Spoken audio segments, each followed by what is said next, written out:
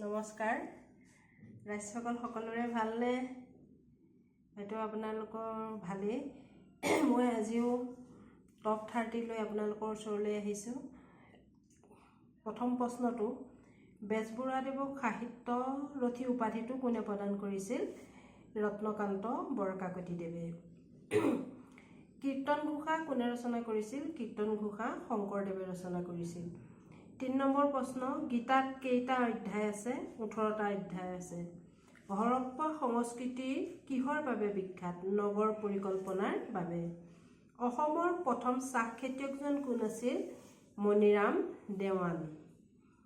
মোৰ জীৱন সোঁৱৰণখন কাৰ ৰচনা এখন আত্মজীৱনী লক্ষ্মীনাথ বেজবৰুৱাদেৱৰ ৰচনা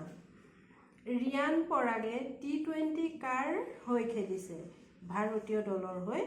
কিমান চনত এটো আহিব পাৰে 2024 চনত আৰু কাৰ বিৰুদ্ধে খেলিছে এটো আহিব পাৰে জিম্বাবুৱেৰ বিৰুদ্ধে ৰিয়ান পৰাগৰ প্ৰশ্নখিনি আপোনালোকে কোন ভালকে চাব কাৰণ এবাৰ কাৰেন্ট এফেয়াৰ্ছৰ ভিতৰত এটো পৰিব লাগে পৃথিৱীৰ বৃহত্তম হ্ৰদটোৰ নাম কি কাস্পিয়ান কলম্বাছে আমেৰিকা কেতিয়া আৱিষ্কাৰ কৰিছিল 1492 খ্ৰীষ্টাব্দত ভাৰতৰ ৰাষ্ট্ৰপতিৰ কাৰ্যকাল কিমান 5 বছৰ ৰাজ্যপালক কোনে নিযুক্তি দিয়ে ৰাষ্ট্ৰপতিয়ে নিযুক্তি দিয়ে 14 নম্বৰ প্ৰশ্নলৈ আহিছো গাখীৰ বা দুগ্ধ উৎপাদনত কোনখন দেশ প্ৰথম দুগ্ধ উৎপাদনত ভাৰতৰ স্থান প্ৰথম বিশ্ব স্বাস্থ্য দিৱস কি তাৰিখে পালন কৰা হয় 7 এপ্ৰিল তাৰিখে প্ৰতি বছৰৰ 7 এপ্ৰিল তাৰিখে বিশ্ব স্বাস্থ্য দিৱস পালন কৰা হয়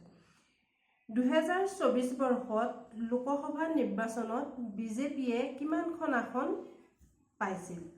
240খন আসন পাইছিল এটো কাৰেন্ট এফেয়াৰ্ছত পৰে আপোনালোকৰ এবাৰ ভাৰতীয় কংগ্ৰেছ দলে কিমানখন পাইছিলে 99খন পাইছিলে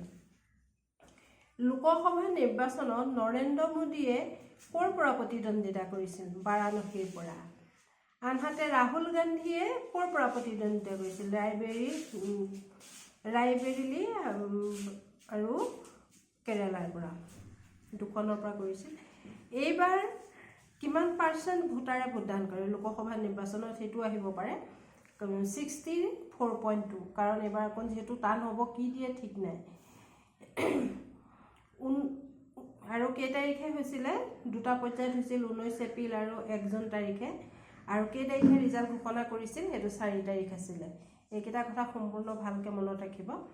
তাৰ পিছত এজন লোকসভা প্ৰতিদ্বন্দ্বীৰ বাবে কিমান বয়স লাগে প্ৰতিদ্বন্দ্বিতা কৰিবলৈ লোকসভাত প্ৰতিদ্বন্দ্বিতা কৰিবলৈ কিমান বছৰ বয়স লাগে 25 বছৰ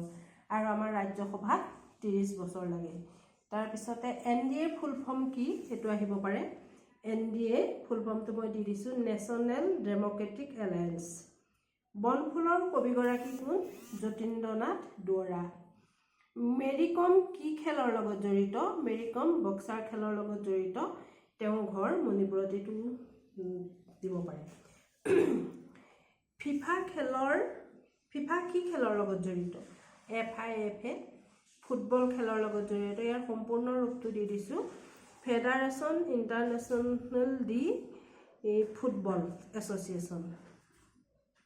2026 বৰ্ষত ৱৰ্ল্ড কাপ ফুটবল ক'ত হ'ব নৰ্থ আমেৰিকাত হ'ব দবা খেলৰ উৎপত্তি ক'ত হৈছিল ভাৰতত হৈছিল দবা খেলৰ উৎপত্তি অলিম্পিকত অংশগ্ৰহণ কৰা প্ৰথম অসমীয়া গৰাকী কোন লাভলীনা বৰগোহাঁই 2021 বৰ্ষত টকিঅ'ত তেখেতে অংশগ্ৰহণ কৰিছিল আৰু ব্ৰঞ্জৰ পদক লাভ কৰিছিল আৰু ভাৰতৰ প্ৰথম অলিম্পিকৰ খেলত মণিপুৰৰ মেৰিকম ভাৰতৰ পৰা প্ৰথম মহিলা আৰু অসমৰ পৰা লাভলীনা বৰগোহাঁই অসমৰ স্বাধীনতা কাপ ফুটবল প্ৰতিযোগিতা কেতিয়া আৰম্ভ হয় 1947 চনত চিৰ চেনেহী মোৰ ভাষা জননী গীতটোৰ ৰচক কোন এই গীতটোৰ ৰচক হৈছে মিত্ৰদেৱ মহন্ত আৰু এটো হৈছে অসম সাহিত্য সভাৰ আদৰণি গীত পৃথিৱীৰ ক্ষুদ্ৰতম জীৱবিধৰ নাম কি ই হৈছে এমিবা আৰু লগতে দি দিছো পৃথিৱীৰ আটাইতকৈ ডাঙৰ প্ৰাণীবিধৰ নাম কি নীলাতিমি যেটো জলচৰ মৌলিক অধিকাৰ কোন দেশৰ পৰা লোৱা হৈছে ফাণ্ডামেণ্টেল ৰাইটছ বুলি যেটো কয় আমেৰিকা যুক্তৰাষ্ট্ৰৰ পৰা লোৱা হৈছে। এইকেইটা হৈছে আপোনালোকৰ কাৰণে মোৰ আজি টপ 30 কুৱেশ্যন। আশা কৰিম আপোনালোকে ভিডিঅ'টো খুব ভালদৰে শুনিব আৰু ভাল হৈছে নে নাই বা কিবা ভুল শুদ্ধ আছে যদিও আপোনালোকে মোক জনাব। ধন্যবাদ দেই সকলোকে। শুভ আবেলি।